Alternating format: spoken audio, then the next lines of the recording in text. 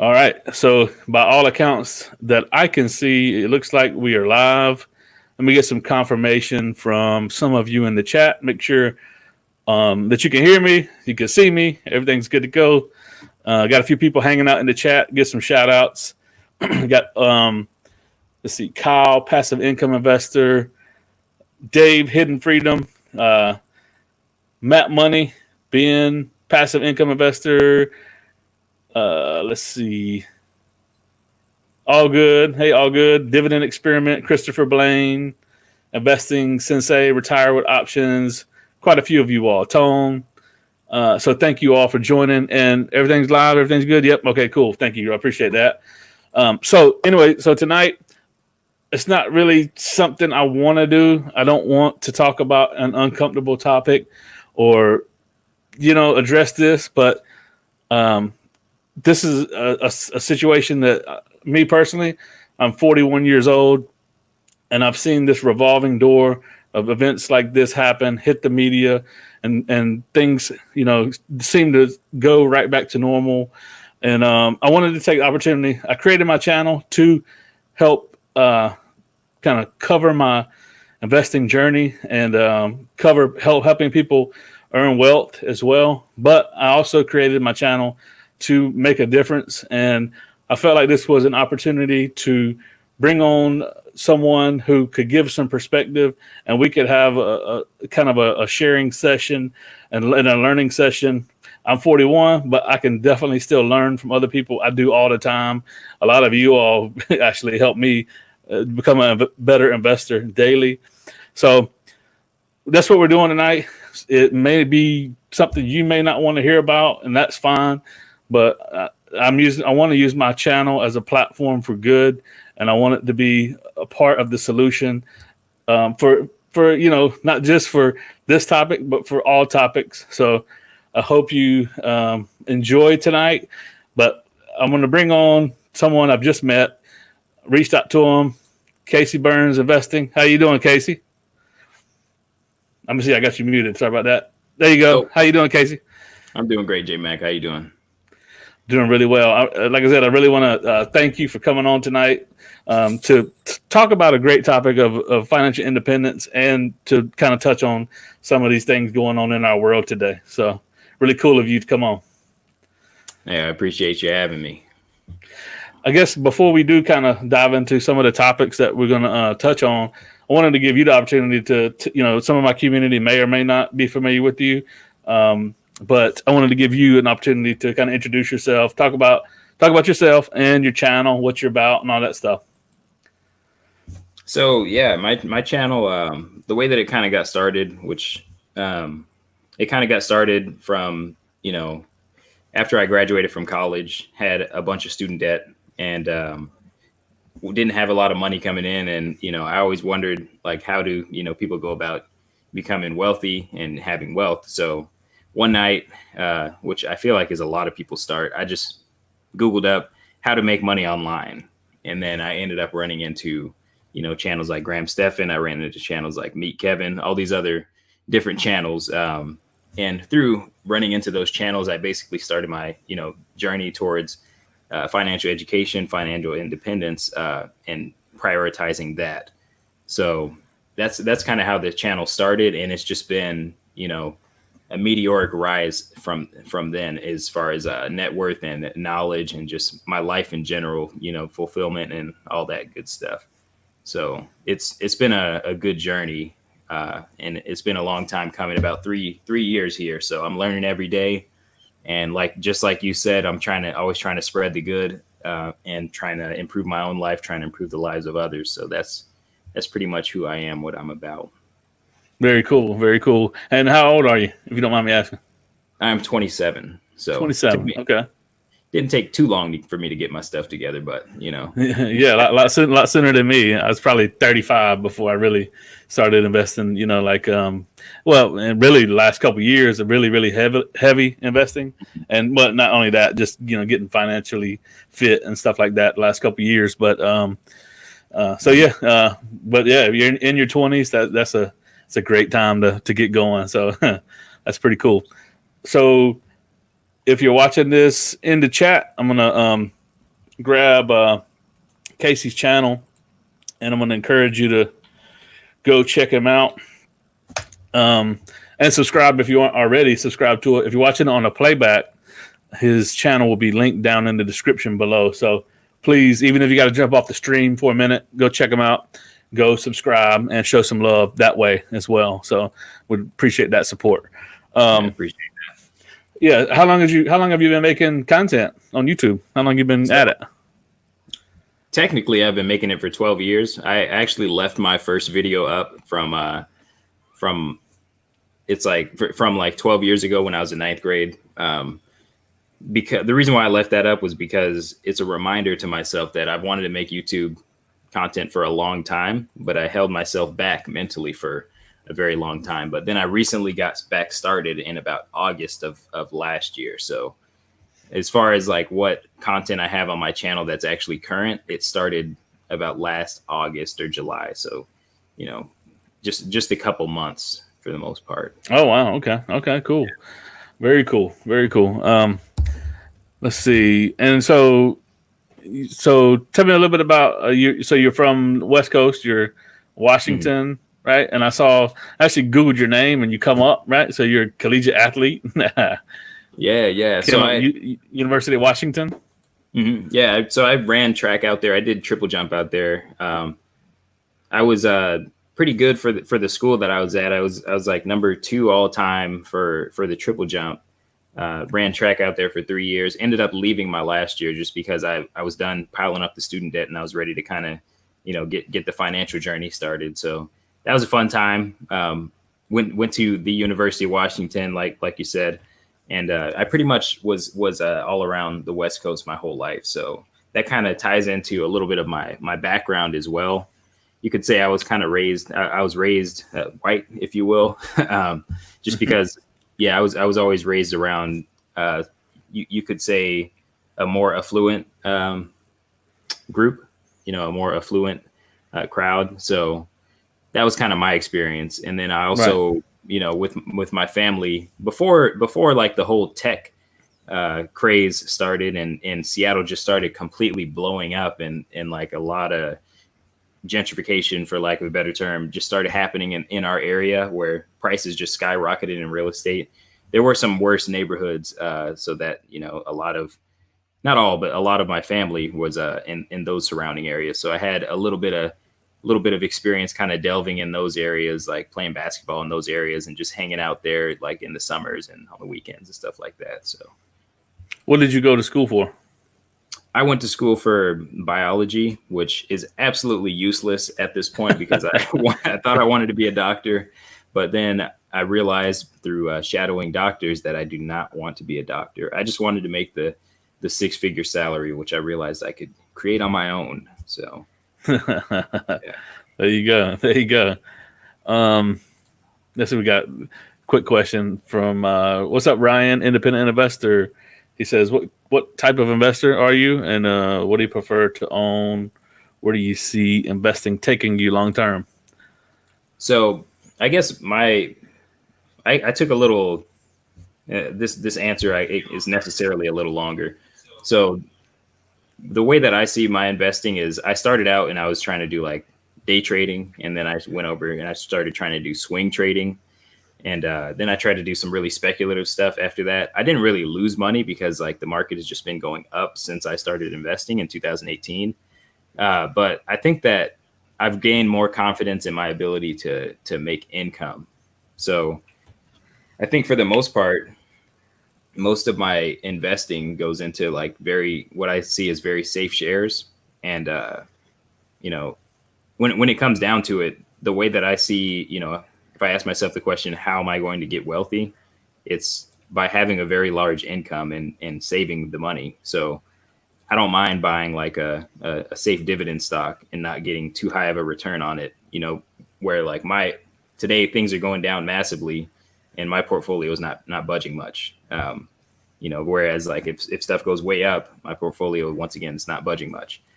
So I would say I would consider myself more of a value dividend investor. And I would rather.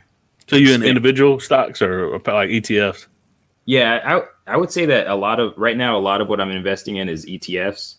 But then I also play around with some individual stocks. Gotcha. Yeah. Gotcha. Cool. Cool. Cool, man. That sounds good. Yeah, it sounds like you. I mean, because you can do a little bit of all of the above, but as Hmm. long as you have a pretty good, once you that's the thing I've started to venture into is once you build a good foundation of a portfolio, you can begin to you can take some of your play money and play around, do some other things, but have a good foundation first. That's kind of my philosophy. Yeah, for sure. Yeah. All right. So let's go ahead and jump into some of the topic tonight. I kind of watched. So reason I invited you on was because I watched your video. It was in my suggested feed of Cool. you were talking about the protests going on, and you were talking about your perspective on it from your own individual perspective on how you were raised, kind of from an affluent, uh, you know, a good family, an affluent family, but you still had your own struggles and things that you faced. But it really inspired me because you had a great perspective and one I wanted to highlight and bring on, and then sort of just have the opportunity to again have you maybe touch on some of those things that you talked about in your video, and Yeah. then also I'd love to learn from you more on how we can kind of help solve some of these race issues that we have in our country. Okay. Yeah, I'd love to dive into that. So, just to kind of summarize what was said in that video, a lot of what was said in that video was mostly concerning that there's a little bit of misconceptions and ignorance on both sides. Where what I see that happens is a lot of parroting, right? So one side says, there's a lot of oppression going on. The other side says no, there's equal opportunity, but people don't really get at the root cause of where the miscommunication is happening. People don't understand the history, the historical context behind where these inequalities stem from and what they actually are. So it's like if I just walk up to somebody and I say, hey, you know, black people are oppressed, then that basically the image that generates in someone's head, it's not going to be the same image across the board. And there's only one, correct historical context. So some people are angry about it. Some people are like, oh, I get it. Some people are taking it way too far where they're like, there's even less opportunity than there actually is out there, if that makes sense. So it's like one of the things I did talk about in the video was things like redlining, where um, if you go back through history, you know, black folks, they couldn't get loans on their homes. They couldn't um, basically take out a loan and afford the thing that is the biggest wealth building tool to Americans, which is owning their home. If you can't own your home, then you can't pass anything down to the next generation. Other things that I didn't mention are things like, you know, we know back in the slavery days, black folks weren't allowed to read. So um, if you have just a whole class of people that aren't allowed to read, and then you free them, and then they still don't know how to read, who's going to teach them how to read? Where did these HBCUs come from? What's their role in history? This stuff, we don't even go over this stuff in history books. They don't even talk about it. It doesn't even get a mention. um, Give you an example. I actually cleared this with my family. They're okay with me sharing this, but my great grandpa, he was illiterate. They tried to give him a food menu in the hospital. He was illiterate. Like, how do you expect this person to have the same level of wealth as a white person and pass that down to me? So the issues that I see with it is that there are systems of oppression, but when people don't know what those are, they'll either overshoot it or they'll undershoot it. They'll say, "Oh, you guys are complaining too much," or they'll say, you know, or people will say, "Oh, you should be complaining more." When it's like they don't understand they don't understand capitalism. People that are tend to overshoot how oppressed blacks are, or people who tend to undershoot it, they don't understand history. So it's like you have to understand both of those so that you can get that accurate picture of what people are talking about when there's systems of oppression. One more thing to add is that when people get into crowds, people kind of they lose a little bit of their rationality. It's a lot of emotion based thinking that's going on. It's like whatever the crowd's saying, that's what I'm saying. So it's not like the crowd saying something, but I know what actually is the historical context of this, and I know a little bit about capitalism. I know a little bit about the stock market. When somebody says something about Wall Street, then everybody's like, Wall Street, like whatever. It's like just, mob mentality. Yeah, the mob mentality. Right. Exactly. So, and yeah, I guess that's the general main message there. And then what was I going to say? I forgot what else I was going to say. I think you were talking along the lines of, I think maybe probably tying it into some of the protests and how some of it is people. I mean, maybe it's becoming a microscope on some of the things that aren't really maybe necessarily the real issues, because the media picks and chooses what they want you to hear about, and the truths or non-truths. Yeah. There many times they filter it the way they want you to filter it. But maybe we're going to shed some light on some of that. Yeah, so I mean, we could definitely get into the media, because the media is really especially with the mob mentality, the media is really controlling the people. I mean, when we started out the coronavirus, the whole pandemic, the media had people calling people idiots for wearing masks. Then the media told people to wear masks. Then the media told people to go inside. So everybody's mad at people for being, outside. Then the media told people to go to protests, and everybody's mad at people for not going to protests. It's like, I actually had a moment where somebody texted me, which was weird to me, because they were like, "Are you okay?" I was like, "Am I okay? What do you mean?" Because I work nights, so like I don't really know what happens during the day pretty often. So they just texted me. They're like, "Are you okay with like all this stuff that's going on, this craziness?" It was when the protests first started over in Seattle, and I was like, you know what? Knowing this person, what I did was I hopped on CNN.com and I was like, what's going on CNN.com? And then I saw these protests. I was like, oh, okay. And I don't know, nothing wrong with protesting, but at the same time, it's just that's just to underscore like the whole media, the mob mentality, where it's like whatever the media tells people to think, that's what they think. And they don't try to take into account the facts. They don't look for the facts. They're just like, what did the media tell me to do? I'm going to do it. So yeah, not everybody, but a lot of the masses. Right. Well, and I think the media too is obviously they highlight the rioting, but I honestly think that I'll get it down to a personal level. Not what I think. What I know is I think a lot of the protesting is peaceful, and a lot of it's coordinated in a very decent manner. Why I say I'll bring it to right down to a personal level. I promise you, I'm 41. I've never went to a protest before in my entire life about anything, no topic.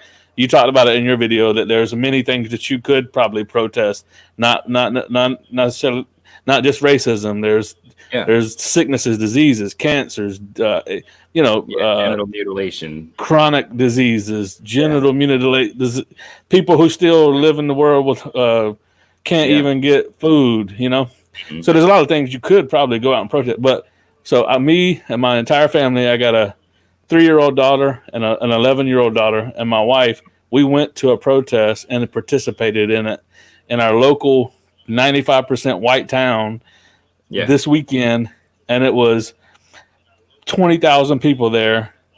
It was coordinated with the police, and we marched around the town, and that's awesome, as a group. And there was no protest. There was no riots. There was it was the mayor pro tem, the sheriff of the county. Everyone was there. They all spoke. It was all coordinated. It was very cordial. It was very. So, and I'm telling you that And the reason I'm bringing it. That on the media, you're not going to see that. You're not gonna say that on the media because it's, people are gonna say, well, if there's a protest coming to my town, the shops are gonna be destroyed, the closed businesses down, and it was just such a great collaboration of people, and it was, I'm in the town, it's probably 95% white, and it was probably 75% white people that were in the protest supporting the cause of, not, they just were supporting the fact that we need to get beyond this, we need to move beyond this. Right. So, yeah, and I feel like that's a lot of that is, I mean, obviously that's current events, but that's people being silenced, like if you're going to silence the people that are doing the right thing and instead of showing people doing the right things, protesting the right way, you're going to show, the things that are going to get you clicks, and that's like another issue in and of itself, is like they're not going to show like, oh, these are peaceful protests, like, they're the media, they're in it, right. they're in it to show the clickbait, so like, yeah, and you see, and you're seeing like these ones where there's actually like a pallet, like and it's usually in bigger metro areas. You'll see a pallet of bricks set there. How did that pallet of bricks get set in the middle of that street, and where there's no construction going on? Like, some of that stuff's even, you can really get conspiracy theory going on about a lot of the media. Are they trying to provoke people? And I think there was a video out that I didn't actually go watch the video myself, but somebody said something about there was basically people that were just inciting, like they were trying to I think it was a white lady that was trying to like go loot or something like that, and then somebody was like, stop doing that, like they're gonna, you're gonna start chaos or something like that. But if looking at my actual like Instagram stories from my friends, it's like all I see is peaceful protests. And knowing my friends personally, like I know people that are in the National Guard because I'm in the military. I know people who are police, like my uncle's a policeman, a family friend of mine, she's a policewoman. And it's like, none of these people are as crazy as what the media is portraying. It's like, I'm not seeing all these, crazed people. So, right. I haven't seen any, I haven't met any either. So yeah, it's just pretty crazy how that goes down. But yeah, and I kind of also liked your perspective, how you were talking about essentially, your how there's different levels of your understanding, like you're talking about some of the historical stuff.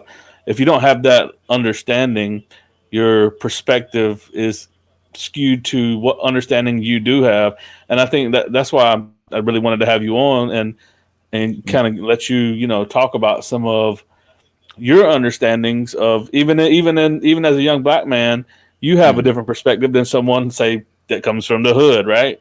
Because you grew up with a good family in a good home, so your perspective is different than someone in a lower income family who's a young black man, right? And me as a middle income, white man, my perspective is different, and there's all kinds of levels. And I just think we should all just be able to have open dialogue, right? So, yeah, for sure. You want to touch on that? Some of the like how the perspectives can be different. Yeah, for sure. So what I went into, which some people, it didn't resonate with some people very well, was that the whole thing is it's a socioeconomic issue. So what you were probably touching on is that I came up in a wealthier household, so it basically, as far as like policing, you tend to have more crime. And we got a question here. Oh no, okay. No, that's my wife. She's watching. She's just celebrating with us. So you tend to have more crime in impoverished areas, and then statistically speaking, you tend to have more black people in those impoverished areas, because if you look back at the history, those impoverished areas, or they were now they are in effect typically black areas, but before historically speaking, they literally were black areas. And the effect of that is like, back then, if you make something a black area, an appraiser comes to value your home, the appraiser comes out and they say your home is worth, basically less than the homes in the white area of the same, size, the same square footage, the same quality, just because it's in the black neighborhood. So that has far-reaching consequences. That has consequences on, the fact that schools are funded by, taxation within the district. It's like, okay, well, if property taxes are less, then schools are less funded, so the education is worse. So you're taking those people who weren't allowed to read, and then they, a lot of them still are illiterate. Going back to like the 20s through 60s, a lot of them are still not able to read, or not able to read very well. You're making their schools worse, and then on top of that, it's like there's a lot of education, a lot of information that's just not available in that community. And it's like, I have a different perspective just coming, raising out of that situation, not necessarily by my own works. And I can acknowledge that, like, I was born in a bad neighborhood, because when my dad got out of the army, we were still kind of in the hood, but then they rose out of that into what I would consider the upper middle class. So like my life is a story of rising out of that. So I understand, the bad neighborhood, but I also have, an understanding of how to rise out of that situation. So Yeah, no doubt, no doubt. That's awesome. So I guess this is sort of a question. Seems a little loaded, but we'll go with it anyway. This case, you have any thoughts on Candace Owens? She seems to be proactive. I do not. I don't know who that is right now. I'm not too. I think she's like a conservative voice. Oh, that's right. Yeah. Wasn't she saying something about? She was something about like. She's basically saying that everything that happens to blacks is their fault, or something along those lines. Yeah, I haven't heard what she's been saying. I mean, I think there's always, all kinds of, it goes back to, there's all kinds of different, perspectives in all races and all, Yeah.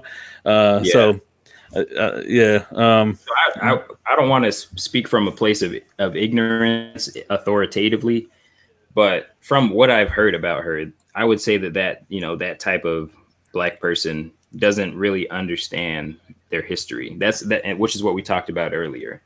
It's like, and when you look at, like, I look at individuals a lot different than I look at societal issues. Like, I wouldn't call you white people, but I would call you a part of white people. Just like I wouldn't call me black people. Oh, she said police brutality is a myth. Yeah, I guess that's what she said, and which is ridiculous. I mean, and and that's why I said at the top of the stream, I'm 41 years old, and I've how many times in my lifetime have there's been these how many riots and things have went on because a black man was unjustly killed by a police officer? And okay, and I will caveat that by saying, yes, of course, there are white people who are killed by police officers, but I know personally that black people sometimes have to fear for at least nothing else, that they may actually they're fearful when they get pulled over by police. But me as a white man, I don't get fearful when I get pulled over by police, so it's I think you can't I've never lived in your shoes, and you haven't lived in mine, but I know just from that perspective alone, and the fact that this keeps reoccurring, it's something that's the reason I feel the need to bring this up and make it a topic of something that we just got to address, and we got to get better. We got to. There is that. Yeah, there is that thought when I'm pulled over. It's like, I got my hands on the wheel, and I don't really consider myself like a scary, like, scared person necessarily, but there's always that thought in the back of my head. Mind, yeah. Like, is this dude racist? Whereas like if you're white, it's like, is this dude racist? Well, I mean, even if they are, like, They're, Yeah, they're I don't have that thought. It's like it's like even if they are, I'm not gonna personally like them because I don't identify with that ideology, but they're gonna like me. So you know, right, right. So just those two perspectives, mine and yours, on if we get pulled over, and you Mhm. have that in the back of your mind. I don't. I mean, right there, it shows you that. I mean, there's some sort of a system in Yeah, place there. So, all right, I don't want to get down and I don't want to get, I don't want to run people away, but I want to kind of lead into, because we're 30 minutes in. I want to lead into that. So let's just kind of agree that there is a system in place that probably does hold down to some extent that anyone could possibly rise above if they had enough um, some things working in their favor, right? You can rise above. Anyone can rise above, right? But let's say the system is working against you know uh, blacks, minorities, impoverished people. Let's say there is a system in place that's doing that. So what you and I are doing, providing financial education and pointing people towards financial independence. If you can become financially independent, then you can overcome just you alone becoming independent of a system.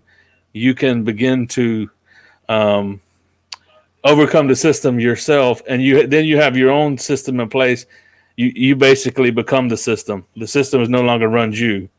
What's your right. thoughts? What's your thoughts on that? And I want you to talk about that because you sort of ended your video kind of touching on that you felt like that was kind of your calling, was to help with providing Yeah, that financial education that is a solution to some of the stuff that's going on. yeah. So to address the two things you said, the first thing that I kind of came to the conclusion of, because I'm always looking for purpose, and I actually had it written on a whiteboard at one time that I wanted my purpose in life to be to help people. And that was such a better purpose in life to me than becoming a doctor, because there's a beginning and there's an end to becoming a doctor. And it's like after you become a doctor, then it's like, all right, well, now you're just a depressed doctor with no goals, no purpose. So once I kind of changed myself to, once I changed my goal to, helping people, it's like, well, there's a bunch of ways to help people. So that kind of opened me up to the idea of, maybe I want to start a financial education program that would be free for people under a certain income threshold. So like one of the things that I said in the video was that it's like if you were playing basketball, right? And it's you and somebody else against each other, and every time the other person gets the ball, they score. Every time you get the ball, somebody in stripes takes the ball from you, and then eventually somebody walks up to you and says, hey dude, when you get the ball, you need to dribble the ball. So they basically teach you how to play basketball, and then you start to score too. So now everybody's scoring points, and it's like, okay, this game actually is fair. I just didn't know how to play the game. um, so that's one thing. And then the other thing with the system being in place, I think, yeah, you have to understand the system, like I was just saying. And I always saw the system as you're less likely to raise out of the system, coming from one area of the system, whether that be gender, whether that be race, whether that be economic status that you're starting with. You're less likely to raise in a system, just uh, statistically speaking. But I always saw that as, not that I'm not trying to say like, oh, we don't need to change it. We do need to change it, but I always saw that as a challenge, like personally, because like you I think alluded to, I don't consider myself a part of the system. So like my parents always told me, look, Casey, you're black, you're a male, this is your situation, you're going to face more barriers than these other types of people. And I was like, all right, well, I'm just going to blast right through those barriers and I'm going to get to where I want to go anyways. So I saw it as an asset. I was like, that's just going to make me stronger. And it has. So yeah, the last thing that I said in the video was like, if people who are ignorant enough to not be able to see the system for what it is, I can almost guarantee that I'm going to end up having, more financial success than them, just because if they can't grasp concepts, then they're obviously I'm going to be more successful than they are. But people that can take the time to dig into that history and understand what systems were put into place, what systems still are in place, they'll really, be able to see things for what it is, see the forest for the tree. Yeah, that's awesome. I'm gonna drop Casey's channel one more time, and you can go to his channel and go check out his video that he dropped about this. And then he's got great insights for sure. Um, Casey, if you don't mind, I'm gonna bring on Junior, who he's got some things he wants to say too. Is that okay with you? We have a third voice. Come on, you good with that? Let's do it. Let me grab this real quick. Is he ready, or we got some time? Yeah, I'm gonna go ahead. I'm just drop it in the live stream link here because I don't have his email address. So there you go, Junior. Jump on. He jumps on a lot. I don't know if you're familiar with Independent Investor. He does live streams on every Friday nights, and so Junior he frequents his live stream, jumps on a lot. So really good guy, and we'll have some good insight. So we'll have another voice to kind of help chime in. And while we're waiting on Junior to jump on, I wanted to talk about one other thing.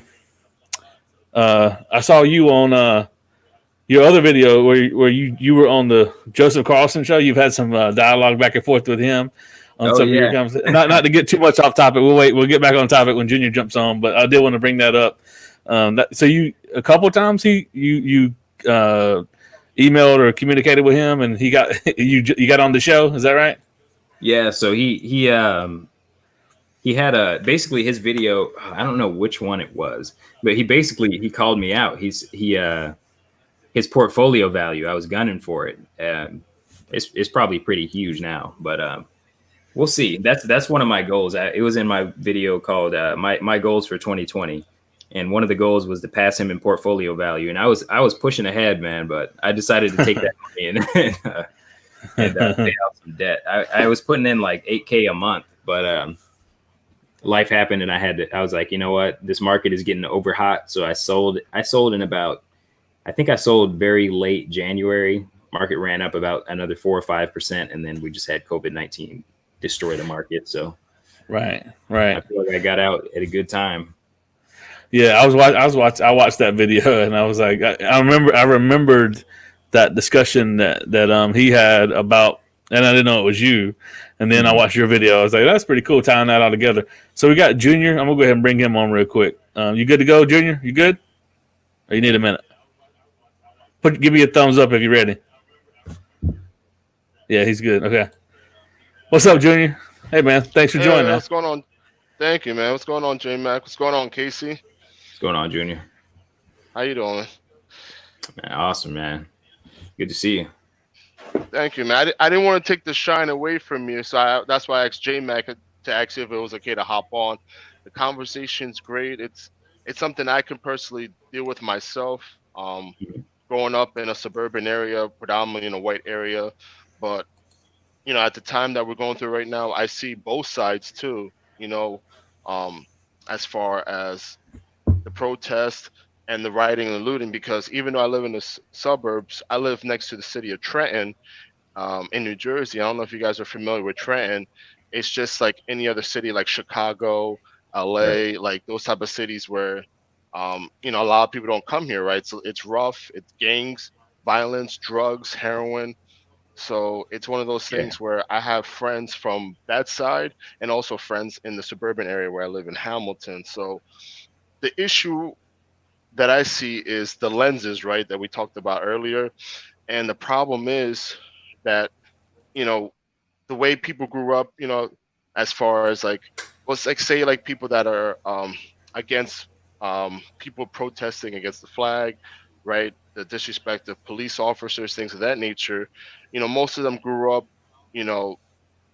with positive feedback from police officers, right? Like they, either their grandfather, father, said your family members or friends, right? They've had positive interactions. Where I had friends that have, negative experiences, And I just want to share a quick story. It happened to me this Sunday, actually, on my birthday. I was cutting the grass at my girlfriend's house, and a police officer came up to me. And the first thing he told me, I had a leaf blower in my back, behind my back, a leaf blower. I was after I cut the grass. He asked me about the brand name. So we had like a 10-minute discussion about the brand name of that leaf blower and everything. So he actually asked me like, "Hey, do you know any protests going on?" I told him, "Well, no, I don't." And he said, "Well, if you hear anything, just let us know. Don't be afraid."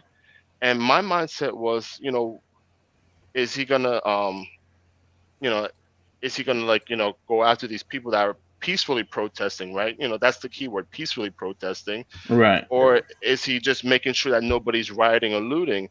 And I told him, and this is what I told him, and this is a true story. I told him, listen, I know you guys have a tough job, right? I was like, look what we're doing right now. Somebody's probably videotaping us right now, probably thinking that you're harassing me. But the thing is, this interaction that we're having, this positive interaction, they will never show that on the media, right? And I told him, because obviously he was a Caucasian officer. I told him, listen, you don't have to do this, but if you could do me this favor, if you see a group of black kids walking down the street right here, just ask them, hey, how you guys are doing? You guys doing okay? Because if you do that, especially for the young generation, you change their mindset, right? Because I'm sure most of them are watching the news, CNN, Fox, whatever news that they're showing all the protests of like the officers, like Yeah. maybe physically, the violence and everything. If you can just tell them how you're doing, you can change their perspective. The problem is, especially people in Trenton, a lot of blacks, they don't have positive experience with the cops, right? Like from what they've said, right? They don't have a good outlook on officers. And if you can change that narrative, right? If you could just say, "Hey, how you doing?" Instead of like, "Hey, what are you doing?"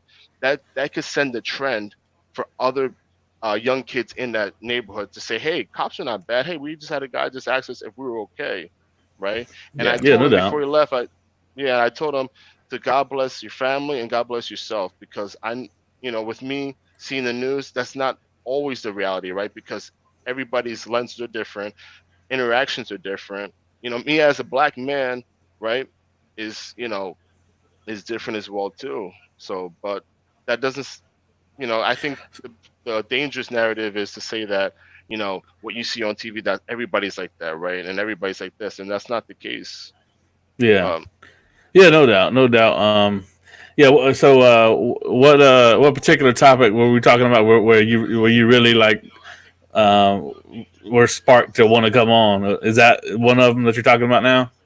well, that and also just with Casey too, like as um, a young black male, like you don't see, and it breaks my heart, right, because I love everybody, right? I love every race, doesn't matter if you're white, black, Spanish, Indian, but I've always had a sense of like to see my own kind, like have better knowledge as far as finance, right? Because I've always talked to certain friends like, oh, they always say the system's not for us, this and that, and that's false. That's BS. There is a way out there, right? Three ways to make wealth is ownership, owning a business, real estate, and stock investing. And I feel Assets. like, and that's assets over Yeah. liability. And there's a gentleman I follow on YouTube. His name is Wall Street Trapper. I think he's from New Orleans. He's from down south, and he was from that area. Sold drugs, did 10 years in prison, and he was able to be introduced to the stock market by somebody else in prison, right? That talked to him about it. And I love that he talks to his people, right? The inner cities, because sometimes when you have somebody else from the outside, a lot of people from the inner cities are not going to believe that because their mindset's going to be like, well, you grew up with money or you inherited or where you have somebody from that environment that can tell you, hey, there's a way out, right? It's not always about your mindset of, oh, the system is not right for us. It's always a way out.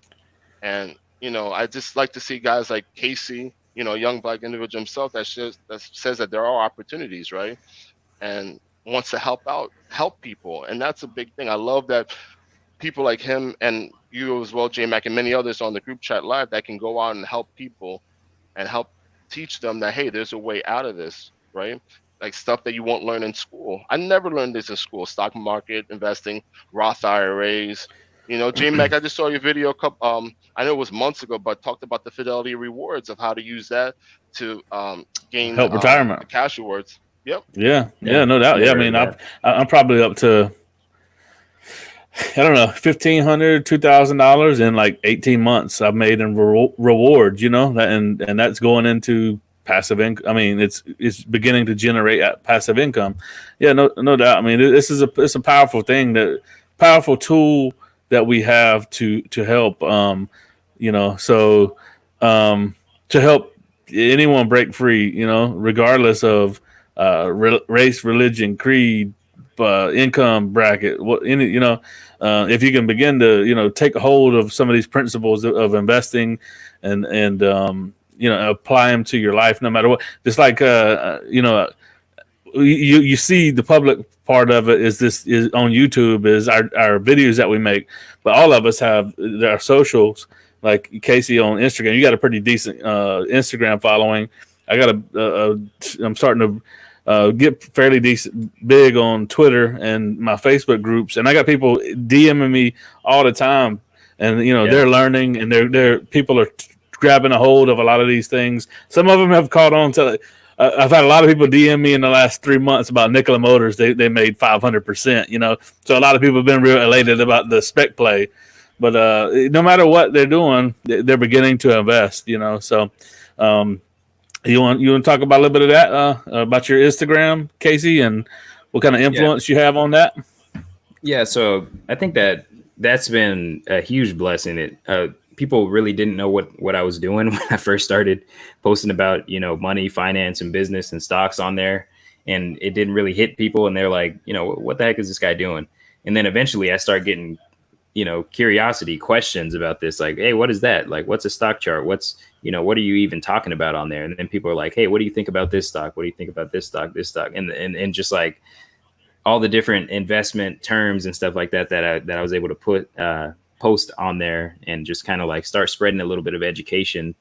And it's interesting, you start to just carve out this little this avenue to push information out.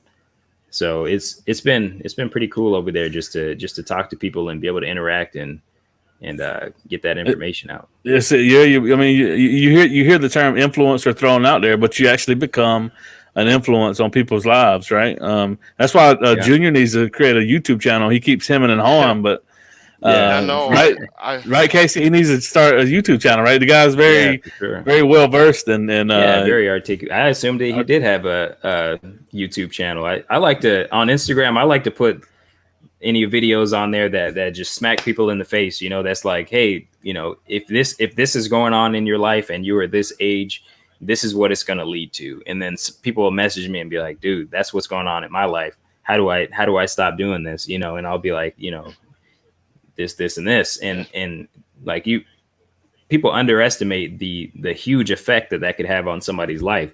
Like if somebody should have been saving for their kid's college and their kid is 4, and I'm like, you need to be saving this much for your kid's college because they're 4 and you got 14 years, and they're like, oh man, dude, how do I do that? And then you just sent their kid to college, right? Yeah, it's huge for real. So, no doubt. Yeah, no doubt. Yeah, Jim, I know everyone's always talking to me about starting a channel. It's been tough, with work. I'm a truck driver, so these hours have been crazy. But I'm just messing with you. But whenever I get a chance, I try to look at some videos, and then as Casey, no lie, he's in everybody's video. Ali Stocks, like he's in Joe Rogan. I saw a comment they put on months ago. I don't know if you remember, we talked about it. It was a UFC. They were talking about Conor McGregor, and I literally wrote on the comment, I was like, man, you're literally in everybody's videos. Like this was months ago. But yeah, I just wanted to hop. I didn't want to take the shine away from you. I just wanted to just put an input in, and obviously with me typing it would have been, a 15-page research paper or something, so it would have been too much to write it in, and I just wanted to hop on. But I appreciate. But I was gonna say, your thoughts as far as like, I know you touched on it earlier, but as a black man yourself, like, what are your mindset, right? Because I know that you said that, you grew up different than most people did, as far as the majority. Yeah, so I think that there's levels of privilege that we all get. So for me, my privileges was I didn't have to worry about where food was coming from. I didn't have to worry about, my parents were good. I had both of my parents in the house. If one of them had to travel for work, the other one could pick up the slack. If one of them had to go to college, to increase their income, the other one could pick up the slack. So as far as like my experience was that we all have certain things that help us and certain things that hold us back. So I think that my biggest message to anybody that watches this would be that you can make an excuse about anything. Um, there's people that are born in really bad circumstances. They've got one parent, no parents. They're living with in foster care, whatever. But if you have that fire deep inside you, there's no situation that you're going to allow to hold you back. Once you just get it in your mind, there's no situation that's going to hold you back. But it's also ignorant to say that there aren't things that do hold you back. Like it's like you can't Yeah. go to the extremes with either one of those things. It's like, yes, there are certain things that hold you back, but at the same time, if you're sitting there and you're talking to me about things that hold you back, I'm looking at you like you gotta bust through that. you know yeah, somebody Yeah. put a barrier in front of you, you gotta bust through that. And I don't want to say I don't care what it is from a social perspective, but from a you getting to where you want to be in life, I don't care what it is, you gotta break through that. So that's kind of Yeah. my perspective on this whole situation, which obviously has nothing to do with the police reform, but just economically speaking, if you see a barrier in front of you, whether you're a woman, black, white, whatever, you gotta bust through that. So Yeah, and I love that, and I think that's. I'm glad that we're having this discussion about race, because I know it's tough for a lot of people to talk about, Yeah. as far as race, because it's a sensitive topic, right? mhm. From both ends, right? It's one of those things where if you can have a healthy conversation like we're having right now, it can make people understand a lot better, right? Because I think the worst thing is my buddy of mine, he went through this earlier on Facebook. Everyone's going back and forth with the protest. He went back and forth Facebook with a is the guy worst we though. yeah, well, the problem with Facebook and those platforms is it gives the people obviously their opinions, right? And the Yeah. thing is, if you don't agree with their stance, they're gonna call you this, they're gonna call you names. And then he had a disagreement with somebody that we went to school with, that's an officer now, and the officer was like, "You guys don't know how it is. Like the media's throwing it a different story in your face. There's 99% of good cops. This is not true. All this stuff." And then my other friend was like, "Well, you don't understand. Like, I've had negative experiences with cops multiple times." But I always told him, I was like, the problem is everybody comes from different lives. Everybody comes from a different experience. But just because you have a different experience, a different lens, doesn't mean that you can't come to a common ground. Like, same thing with me. I've had disagreements with friends about the NFL players protesting against the national anthem, right? I was for Colin Kaepernick of what he did. Obviously, a lot of people weren't, right? But even though we didn't agree on terms at the end, I was still friends with those people because I knew it was outside of race, right? Because they don't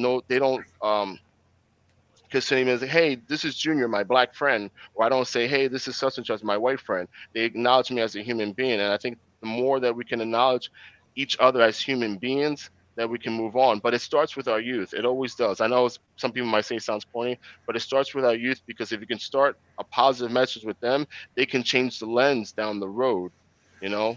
And But especially with finance, I there's it's wanted to chime in, Junior, on one point that you touched on that I think is completely getting lost because of social media.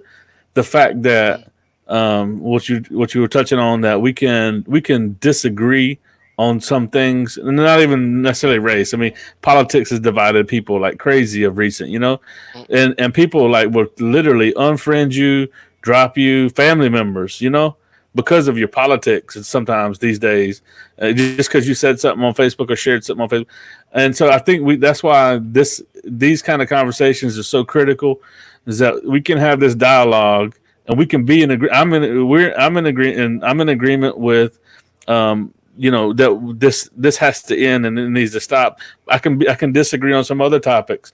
You can have an opinion on a topic and then disagree with me on some topics.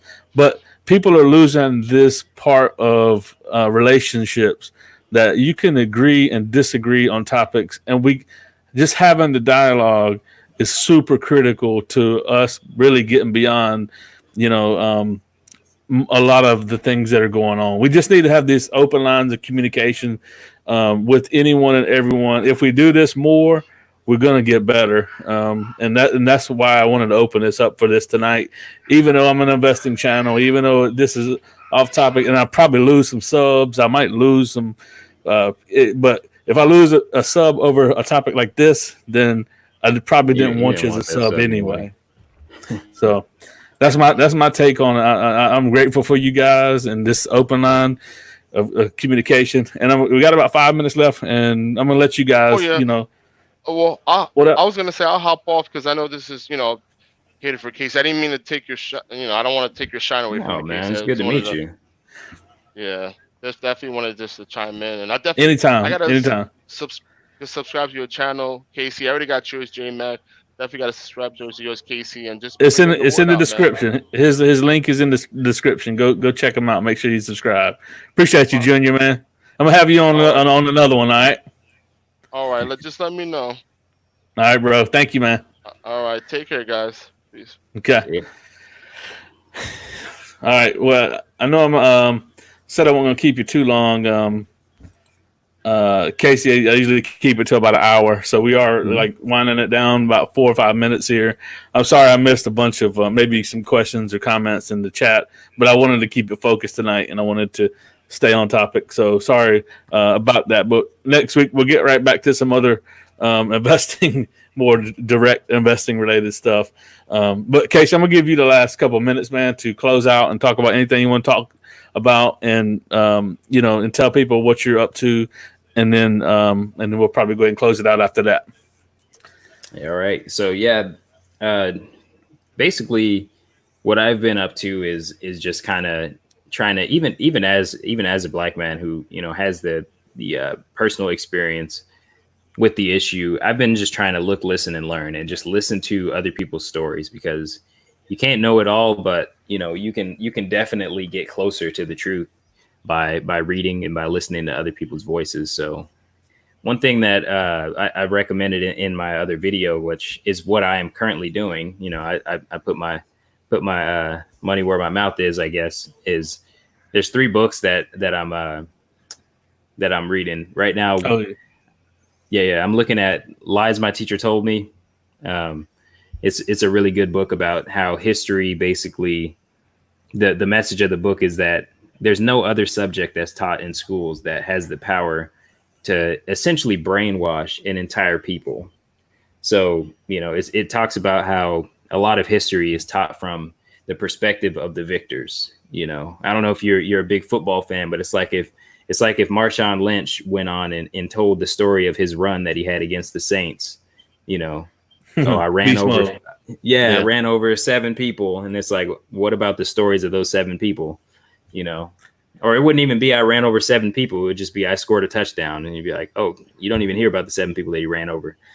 But anyways, that's kind of a bad example, I guess. But it talks about how, the history is just, it's feel good history. It makes the people who it's directed at, makes them feel good about the past. And you don't necessarily need to feel good about the past to just not identify with, if I had a racist great grandpa, I don't need to be like, oh, my racist great grandpa, who fought for the Confederacy, I identify with that. You could just disavow or disown that ideology. So right. I see we're bumping up on an hour. Try to wrap it up here. Yeah, no worries. Okay. One, it doesn't matter if we run a little over or what. No, we're good. Okay. Yeah. One interesting fact that I did learn from there, and I'm still going through the book, is what the name Oklahoma means, which that was interesting. Basically what happened was the Indians, they applied for a stateship with the United States government. They were denied several times. And the narrative back then for the Louisiana Purchase was that, everything was bought for so cheap. And the reality was that they bought the land from tribes that weren't on that land. And they bought the land from people that weren't on that land. And then they moved onto the land, and they basically carved out this place, Oklahoma, which I think it's Choctaw for land for red people. Yeah, yeah. I got family there. We visited there recently, and that Yeah. I think we were in that Choctaw area. I think it was. Yeah. Did you hear that story? That I it's didn't know that story. No. Yeah. So Oklahoma means land for red people. So they sent all the Indians over there. They took their land. So I mean, it's just little things. I'm starting to look at America as like it's like this crime scene that somebody did a really bad job of cleaning up, and there's little pieces of evidence everywhere of racism and oppression. The other two books, really quick, were Color of Law, which goes into a lot of the economic oppression that happened over time, and the last one was How to Be Black, which talks about one guy's black experience, a guy who went to Harvard, and he didn't feel like he was very stereotypically black. He's very very educated. But anyways, there's more about that in my video and obviously within the book itself. But I think those are really good ones for right now. If anybody wants to learn something about the black experience and the way that history kind of shapes what people think about people of color. Because I mean, you can't do that with any other subject. Like you can't just teach math and like it leads people to be racist, or you can't like teach science and it leads people to be racist. But you can make people feel good about Confederacy or slaveholding or the War of Northern Aggression or all these other little subtle jabs that make people the white people that read it, make them more racist, make the black people that read it more self-loathing. So Right. Yeah, man. It's yeah, you definitely opening my eyes to a lot of this historical stuff. So I think I'll dig into one or two of those books myself and try to educate myself a little further. But I know, like I said, at the end of the day, this has been very enlightening. Hopefully to some others, maybe not. But if nothing else, this is going to be on the tube right forever, and I'm gonna share it to you, and you can share it out as well on your channel too. So we, by doing this, we're hopefully making some sort of progress towards whatever we can with our influence. So there were some people were tripping on my shirt. I usually wear a t-shirt, but today was my wife's birthday, and my wife and so we had her, and that's the reason I kind of came up on the hour real fast, because I put her kind of party together, and then she totally encouraged me to go ahead, because I told her I was going to cancel the stream, and she totally encouraged me to go ahead and keep it live, and to do the stream tonight. So so happy birthday, Stephanie, greatest wife ever, my best friend, very supportive. Yeah, so I just wanted to shout out because I see some people talking about that in the chat there. So happy birthday, Stephanie! And but man, Casey, this has been great. I think we got a pretty good recap there. Like I said though, if you aren't subscribed to Casey's channel yet, do that in the description of the video. And I think that's all we got. Anything else, Casey? That's it, man. Just keep on educating yourselves, and I will do the same, because man, it's getting me closer to the truth, and that's where I like to live. So yeah, awesome. All right, guys. Well, till next time, we're out. Deuces. Peace.